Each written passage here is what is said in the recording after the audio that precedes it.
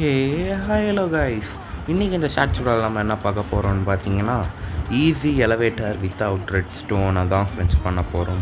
சரி வாங்க போகலாம். இது நம்ம அனி பிளாக்கில் பண்ண போகிறோம்.